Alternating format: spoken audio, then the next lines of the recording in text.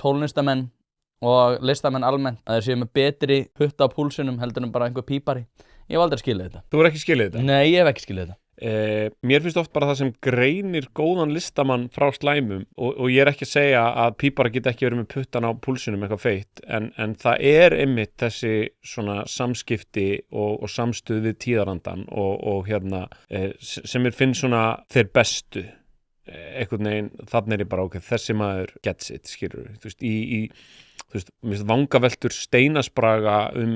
gervigreind og samfélagið í síðustu 3 bókunum hans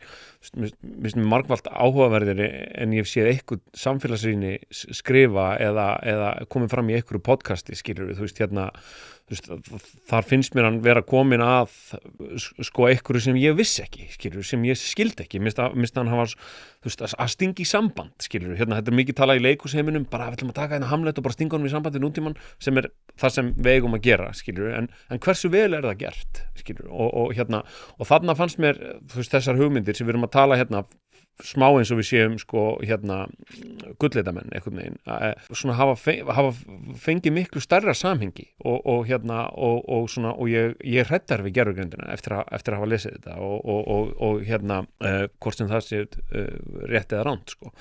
en það er ekki þar með sagt að allir listamenn séu góðir í þessu, það séu betri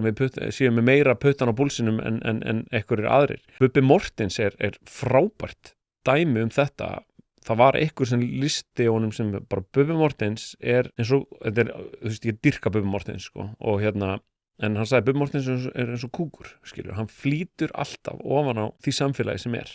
Þannig að þegar við vorum í útrás og þegar það var allt í gangi, þá var Bubbi Morthens bara mættur með big band að taka bara hrognir að koma í einhverjum svona milla búning, þú veist, hann bara í smoking og læti og Range Rover og með dýrsólgleru og bara í lagsveiði og svona glitnir og svo þegar kreppir að einhvern veginn þá verður Bubbi, þú veist, hann er alltaf samfélagið sem er á bakveðan, skilur, og það er það sem ég finnst gera hann svo ótrúlega sem listamann. Svo verður hann auðvitað eldri og eldri einhvern veginn og kannski aðeins missir touchið en það er alltaf einhver óneitanlegur sannleiki fyrir það sem Bubbi representa núna, skilur, af því að hann er spegill á samfélagið sitt og ef okkur finnst hann eitthvað hallaræslegur þá er það kannski að því samfélagið er orðið drullu hallærislegt sem er á bakveðan og það er það sem við gerum svona stórkostlega.